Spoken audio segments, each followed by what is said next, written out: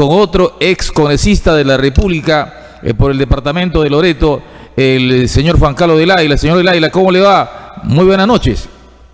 ¿Qué tal, Alberto? ¿Cómo estás? Buenas noches, un gusto saludarte, encantado en un día tan especial para el país, poder conversar contigo y en todo caso también a través tuya con tus oyentes.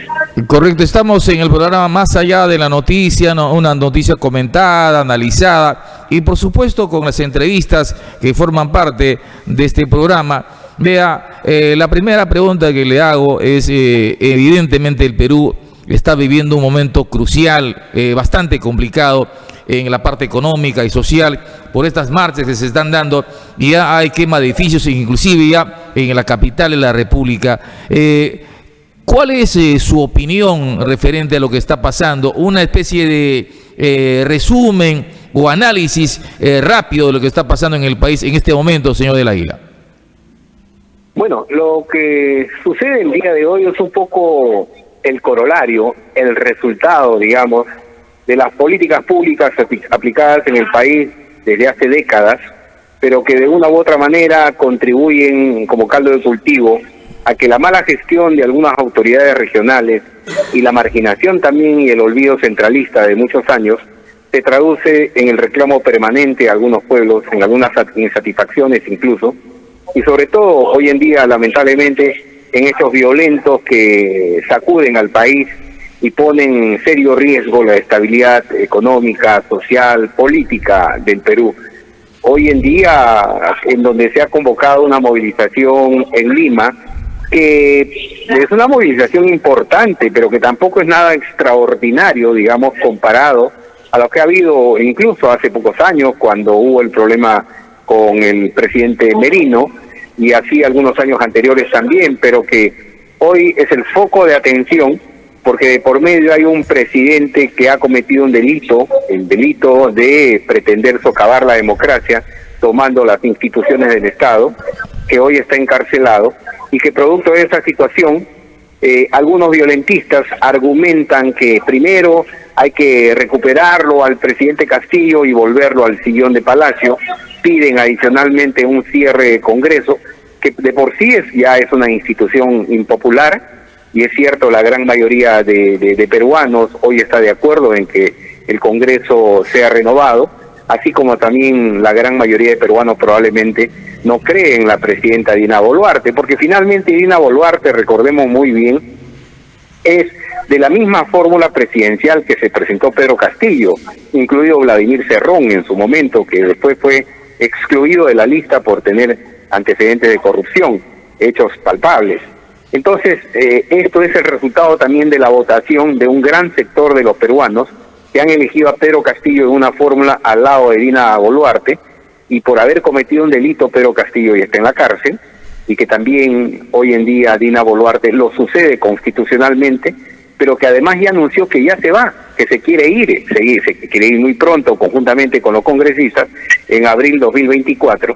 Yo creo que ya se señalaron plazos, pero en el fondo lo que quiere este sector de la izquierda radical, este sector de violentistas bajo el argumento de que se vayan todos, lo que quieren simple y sencillamente es un cambio de la Constitución. Y eso realmente sí es hablar de una palabra mayor en la vida política, social, económica del Perú, y creo yo que no es momento para estar cambiando Constitución. Ahora, le hago la misma pregunta que hice al ex congresista de la República, Leonardo Inga Vázquez, que llegó al Congreso de la República por el partido Perú Posible en alianza con Acción Popular. Vea, ¿qué ha fallado en realidad para que estas revueltas se den en el Perú? Entiendo que hay mucha postergación de años de miseria en la zona sur del país, falta de presencia del Estado. Sin embargo, el señor Inga ha señalado claramente que gobiernos regionales que cayeron en manos de la izquierda no han tenido esa posibilidad de revertir estas exigencias. ¿Cuál es su punto de vista suyo, señor Juan Carlos del Águila?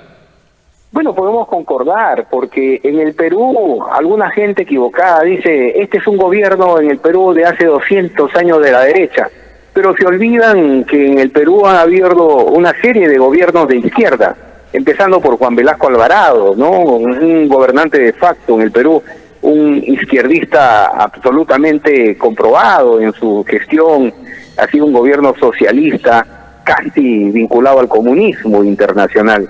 Pero de ahí en más hemos tenido gobiernos de izquierda. El gobierno de Ollanta Humala era un gobierno de la izquierda latinoamericana, incluso lo decían. El gobierno de ¿cómo se llama? El de Ollanta ha sido un gobierno caviar. El gobierno ha estado inundado de gente de izquierda y de caviares, por supuesto, pero no olvidemos que esto viene incluso desde la época de Valentín Paniagua, que trajo consigo a una serie de elementos vinculados a la izquierda y al caviarismo que inundaron diferentes entidades del Estado. Y así sucesivamente se han ido enquistando en niveles de gobierno alto. Mira, el propio gobierno de PPK, siendo supuestamente un gobierno de derecha, sin embargo cogobernaba con la izquierda. No olvidemos que Verónica Mendoza, conspicua líder de la izquierda en el Perú, pidió que se votase por PPK. Y es más, cogobernó con él, porque varios sectores ministeriales estaban inundados de gente de izquierda. Y por supuesto, el gobierno de Sagasti, el gobierno de Vizcarra. No olvidemos que en el gobierno de Vizcarra, donde se declaró la pandemia en el país, por ejemplo, sus ministros de Estado en el sector salud eran gente vinculada a la izquierda, comunistas probos. Es decir, en la izquierda han gobernado en los gobiernos regionales, especialmente del sur, años los gobiernos de izquierda, y ahora no quieren reconocer eso, y la mayoría de gobiernos regionales de izquierda han sido gobiernos corruptos. Entonces ahí están ahora asumiendo y deberán asumir su responsabilidad también. Pero en fin, eso es parte de la historia en la que estamos hoy en día inmersos. Creo yo que lo que tenemos que hacer en Loreto y en el país es elegir mejor a los gobernantes, sean nacionales, regionales o locales, para que no estemos cada cierto tiempo arrepintiéndonos de lo que viene pasando en nuestro país. Señor Juan Carlos del Águila, muy buenas noches. Edgardo Aspajo le saluda, co-conductor con nuestro amigo Hugo Alberto, aquí en Más Allá de la Noticia. Buenas noches, gracias por estar con nosotros. Señor Juan Carlos del Águila, usted ha sido congresista por Fuerza Popular en un tiempo en el cual creo yo, que empezó a iniciarse la gestión de todo lo que ahora en alguna forma se está llevando en el año 2016 al 2019, ¿no? Ustedes han tenido como Fuerza Popular, no han tenido el respaldo de tener, digamos, la presidencia de la República, es cierto, pero han tenido una alta votación congresal, con una constitución que el fundador del Partido de Fuerza Popular nos ha dejado, que es esta actual constitución que tenemos, que es una constitución que no está mal. Sí es cierto, que tiene que tener, digamos, cambios y acomodarse ya a mejorar lo que significa, por ejemplo, el Estado peruano. El Estado peruano, nosotros como población sentimos que el Estado peruano, los gobiernos son transitorios y usted lo sabe, pero el Estado queda, y el Estado peruano queda con las normas, las leyes, los contratos ley que tanto son cuestionados, que nos dejan nuestra clase política cada vez que pasan por el Estado representando a la población cada 5 años. Y ustedes han tenido un parlamento con una enorme mayoría, ¿no? Y en alguna forma, si mal no recuerdo, corríjame si estoy equivocado, por favor, si mal no recuerdo, ahí se inicia, digamos, la falta de entendimiento entre el Congreso de la República y el Poder Ejecutivo. Creo que en ese tiempo estaba Pedro Pablo Kuczynski, ¿no? ¿Considera usted que, usted acaba de decir que no es necesario un cambio de constitución, ¿no? Pero sí es necesario que los contratos ley se revisen y que sean favorables para el gobierno, para el Estado, perdón, no para el gobierno, que las concesiones tengan cláusulas, pues, de que los porcentajes mínimamente sean 50-50, no 80-20, 20 para el Estado y 80 para por más inversión que traiga. Esos cambios sí se tienen que dar porque es parte de lo que se tiene que modificar, porque ya estamos en pleno siglo XXI, dejarnos robar nuestros recursos sabiendo que está mal negociado, ya pues se deja entender entonces que la clase política no va al Congreso de la República a hacer leyes que favorezcan al Estado peruano, y el Estado peruano no somos todos, sino a grupos de poder económico. Mire, amigo Aspajo, es cierto, yo pertenecía al Congreso de la República entre los años 2016 y 2019, básicamente en el gobierno de PPK y de Vizcarra. Y lo que sucede es que, si bien es cierto, nosotros teníamos una mayoría relativa en el Congreso, pero no se gobierna desde el Congreso. El gobierno lo tiene el Poder Ejecutivo, y el Poder Ejecutivo hay que fiscalizarlo. Y cuando el Parlamento ejerce su función fiscalizadora, le es incómodo a cualquier gobierno. Y eso es lo que ha pasado con nosotros. Cuando ejercimos nuestra capacidad fiscalizadora desde el Congreso de la República, porque nos quedaba claro que el gobierno de PPK, y especialmente él, era encabezado por un gobernante corrupto, porque PPK comprobadamente era un gobernante corrupto, tanto así que si no renunciaba a él, lo teníamos que renunciar, tanto así que está acusado por los delitos que cometió cuando era ministro. Y entonces PPK lo que hizo fue empezar a pretender arrinconar al Parlamento con la prensa nacional, tildándolos de obstruccionistas. Y lo único que hacía el Congreso era fiscalizarlo, era hacer un control político, era darle, digamos, el equilibrio al poder. Y entonces eso evidentemente le generaba incomodidades al gobierno de turno. Y por ahí también contribuían, por supuesto, algunos congresistas, malos congresistas diría yo, con algunos espectáculos, con algunas actuaciones personalistas que definitivamente no ayudaban tampoco a la imagen del Congreso, como ahora mismo está pasando y como ha pasado anteriormente en otros parlamentos como el Comepollo, el Comeoro, el Comecable y no sé cuántos, ¿no? Cada parlamento es, digamos, de alguna manera, en un sector reducido de parlamentarios, es también un circo, porque hay 2, 3 o 5 o hasta 10 parlamentarios que hacen el show y el resto se dedica a construir leyes importantes. Yo he sido parte de ese Congreso que ha construido, por ejemplo, la ley más importante que ha tenido Loreto en las últimas décadas, que es la ley del fideicomiso, autoría de quien habla como congresista. Entonces, mientras unos hacían bulla, como desde el Congreso, otros construíamos leyes. Pero también le digo algo en cuanto a los contratos ley.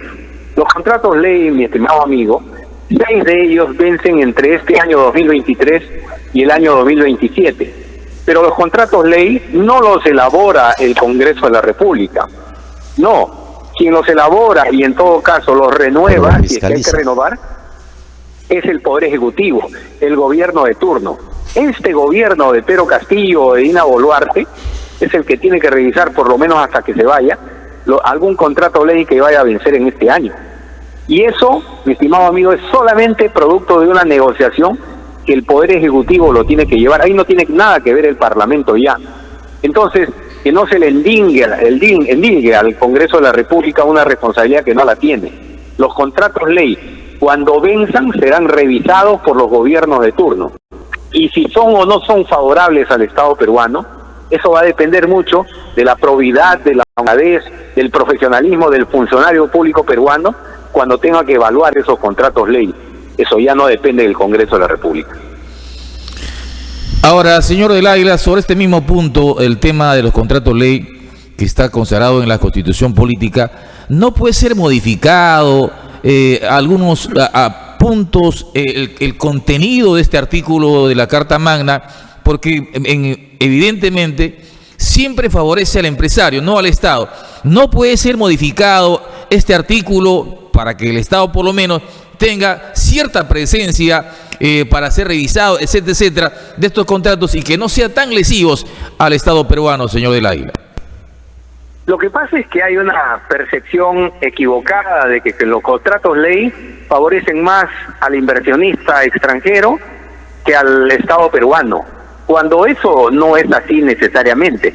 Puede ser que haya algún contrato ley en donde de repente resulte mejor favorecido el inversionista, pero en la mayoría de los contratos ley es el Estado peruano el gran beneficiado. Por ejemplo, ¿no? Los contratos ley se dan básicamente entre el Estado peruano, básicamente el Poder Ejecutivo, con empresas multinacionales, empresas grandes. El contrato ley está consagrado en la Constitución, lo cual le da una garantía al inversionista internacional que ya lo quisieran tener en otros países, que no lo tienen en esa forma, porque el Perú por lo menos garantiza estabilidad jurídica, estabilidad en el tiempo al inversionista que viene al Perú.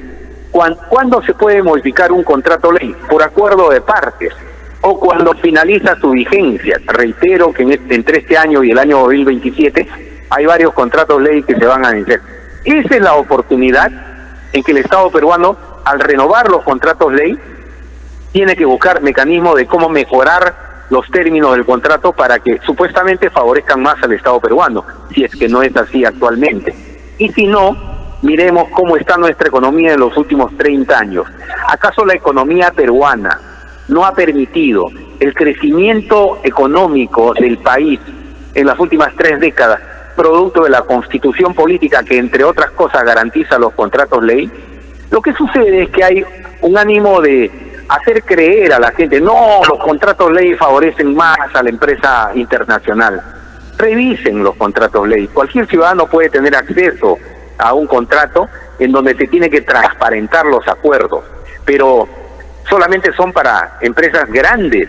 Si tú descubres petróleo mañana en un territorio nuevo, por ejemplo, normalmente no va a venir así nomás una empresa internacional. No hay una empresa peruana que tenga la capacidad de invertir tanto dinero, pero va a venir una empresa internacional siempre y cuando le garanticen estabilidad económica, financiera, estabilidad jurídica por décadas, 20 años, 30 años.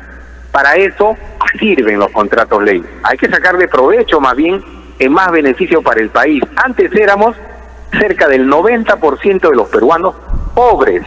90% de los peruanos, estoy hablando de la década del 80 aproximadamente, éramos pobres, el 86%.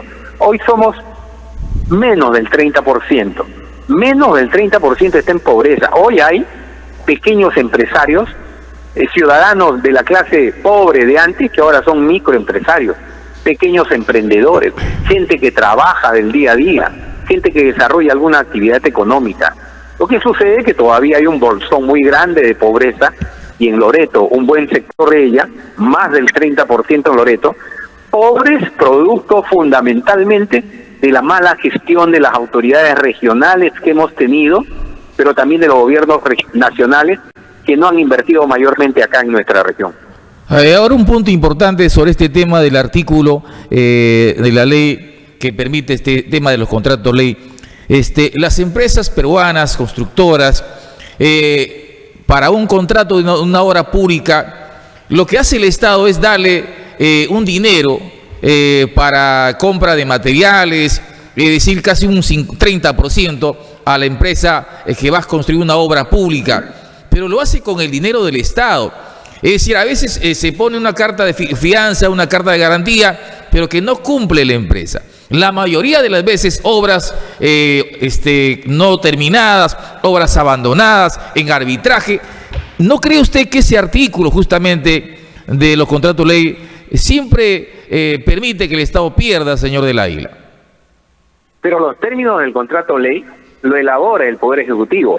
Los términos de los contratos ley no lo elabora el Parlamento, lo hace el gobierno de turno con quien va a firmar alguna empresa internacional algún contrato ley, y ahí puede fijar nuevos términos, otros términos más favorables. En todo caso, es producto de una negociación bilateral. Y normalmente, cuando ya el tema de la carta fianza, del adelanto de obra, esos son detalles técnicos, detalles que van en un contrato, no son producto de lo que está en la Constitución. Eso corresponde ya a otro nivel, en este caso al nivel del Poder Ejecutivo, modificarlos, acordar nuevos términos. Para eso no tienes que modificar la Constitución. Definitivamente, señor Juan Carlos del Águila, usted tiene toda la razón en ese sentido en cuanto a la finalidad de un contrato ley.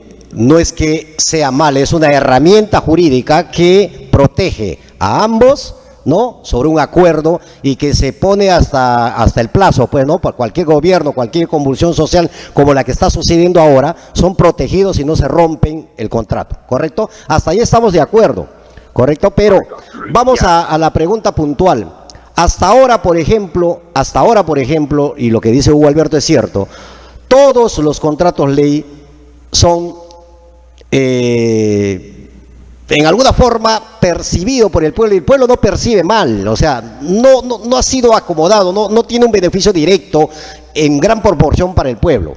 Pero usted acaba de decir, y como que yo le siento a usted como que saca cuerpo, y usted ha formado parte de un parlamento, ¿no?, diciendo, oye, eso es solamente tema del poder legislativo, ejecutivo, es cierto, ellos elaboran el contrato y ellos lo firman, y el Parlamento no tiene nada que ver. Ahí viene pues la reforma constitucional. El Parlamento, y usted lo acaba de decir, cumple un rol fiscalizador, y tiene que fiscalizar en todo lo que compete a la actuación del Estado, cualquier gobierno que entre, y hasta la instancia del Poder Ejecutivo.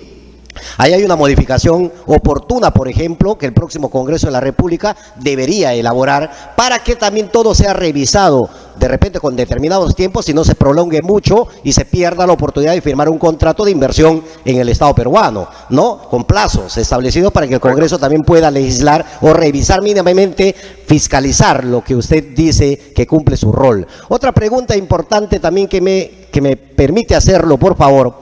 ¿Qué va a hacer Fuerza Popular en estas elecciones? Porque se van a venir las elecciones. Normalmente nosotros como pueblo siempre nos han dicho que nosotros tenemos la culpa de elegir mal, pero nosotros no elegimos mal, señor Juan Carlos de la Águila. Nosotros elegimos lo que los partidos políticos nos ponen como candidatos una vez inscritos. Entonces son los partidos políticos los que tienen que hacer esa selección interna en sus elecciones internas, o si no tienen elecciones internas, bueno, elegir a alguien que represente lo más pulcro posible, pues, porque si no, nosotros vamos a volver a elegir. Si ustedes eligen un candidato en su partido y nos ponen ahí para el próximo Congreso y esa persona no es idónea, pues, y hay mucha gente de Fuerza Popular, va a elegirle a ese candidato. Ahí yo creo que ustedes como partido van a realizar un mejor filtro para estas próximas elecciones, que en realidad son apresuradas, ¿no?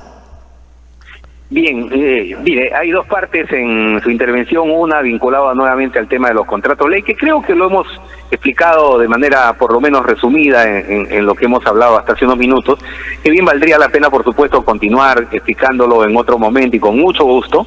En líneas generales, efectivamente, lo que falta es mejorar el nivel de control político para no incomodar a veces, entre comillas, al Poder Ejecutivo cuando lo fiscaliza, de por qué, por ejemplo, una entidad de control y fiscalización del gobierno no está cumpliendo su rol. Caso OEFA, por ejemplo, en los temas de contaminación, caso OSINERMIN, por ejemplo, en los temas de telecomunicaciones y otros. Esos organismos son los que tienen que supervisar y además sancionar a aquellas empresas que, por ejemplo, han firmado contratos ley. Y el congresista lo que hace es denunciar, levantar la voz, hablar en nombre de la población, pero el ejecutor de la sanción finalmente es el Poder Ejecutivo. En lo otro que me parece sumamente interesante y como aporte, claro, evidentemente los propios partidos políticos en general tienen también su cuota de responsabilidad en las malas autoridades que se han elegido en las últimas décadas, porque también la presentación de la carta de candidatos de cada partido es precisamente la mejor. Partidos y movimientos regionales. Hemos tenido gobernadores regionales, por menos 2 de ellos ya pisaron la cárcel. De los 4 que hemos tenido anteriormente, o 5, 2 ya estuvieron en la cárcel y hay 2 más que están con un pie adentro. Y varios alcaldes que siguen esa misma línea. Pero eso corresponde también, por supuesto, como cuota de responsabilidad a los propios partidos políticos, que muchas veces, por lo mismo que el ciudadano común y corriente no quiere pertenecer a algún partido político, entonces de lo poco que tienes que presentar como candidatos. Y la gran mayoría de ciudadanos no quiere participar en política. Hay ciudadanos de bien, hay ciudadanos honrados, hay gente cabal, hay gente profesional, incluso también, o no profesional, que tiene, digamos, la vocación de desarrollar sus actividades, pero no tiene vocación política, y mucho menos tiene vocación de servicio público. No quiere candidatear. No, dice, yo estoy en mi zona de confort, y ahí me quedo. Y entonces pocos son los que se atreven a dar el paso político. Y de esos pocos, la gran mayoría probablemente son malos candidatos o malos gobernantes en su oportunidad. Creo que hay una especie de tajada de la torta que nos corresponde a todos asumir. Señor del Águila, para terminar, una pregunta final. Vea, la situación en la que estamos asistiendo hoy, esta crisis social que hoy deviene en estas marchas desde el sur y del norte, vea, nos permite señalar que no hay clase política en el Perú. Lo ha ratificado esta noche el ex parlamentario Leonardo Inga Vázquez, miembro de un partido político, señalando que no hay clase política en el Perú. Y si no hay clase política en el Perú, tampoco hay partidos políticos. Por tanto, esto deviene en una crisis institucional. Y por tanto, si un país democrático se sostiene en la institucionalidad de sus partidos políticos, significa que entra en un proceso de crisis. Es decir, esto está afectando al país, la falta de una clase política, la falta de partidos institucionales en el Perú, señor del Águila. Efectivamente, no tenemos, digamos, liderazgos políticos, diría yo, en los partidos políticos en general, en los movimientos regionales. Lo que hay son básicamente cacicazgos, ¿no? Salvo algunos partidos que no tienen líderes representativos, por ejemplo, ahora el partido aprista, que ni siquiera existe formalmente, no tiene líderes representativos de la talla de Alan García, que ya lamentablemente no existe. Fuerza Popular tiene una lideresa y punto, no tiene otros líderes nacionales necesariamente. Después, ¿qué te digo? Acción Popular no tiene líderes representativos, no más tiene niños hoy en día. Alianza para el Progreso, su cacique Acuña. Y si seguimos enumerando, todos los partidos políticos tienen esas falencias que lamentablemente denotan que efectivamente la participación de los partidos políticos en el Perú deja mucho que desear, porque son básicamente pequeñas tiendas donde solamente son algunos los protagonistas, porque la gran mayoría de la población no quiere participar.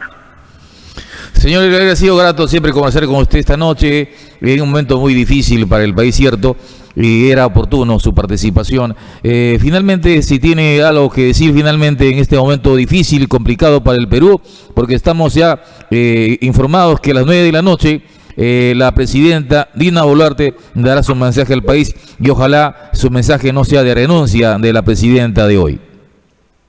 Yo lo escucho a usted, mi amigo Alberto, la verdad que nadie espera eso. En todo caso, creo que el sector más responsable en el país no espera eso, porque eso sí sería una situación de extremo riesgo para la vida económica del país, para la vida política. Creo yo de que más bien tiene que afirmar su gobierno en los pocos meses que le quedan. Seguramente alguna novedad nos traerá hoy día, que no sea un discurso más, un mensaje más de lo que por ahí a veces acostumbran los presidentes. Y nada, le agradezco a usted y también al amigo Aspajo por las preguntas interesantes que ambos hicieron.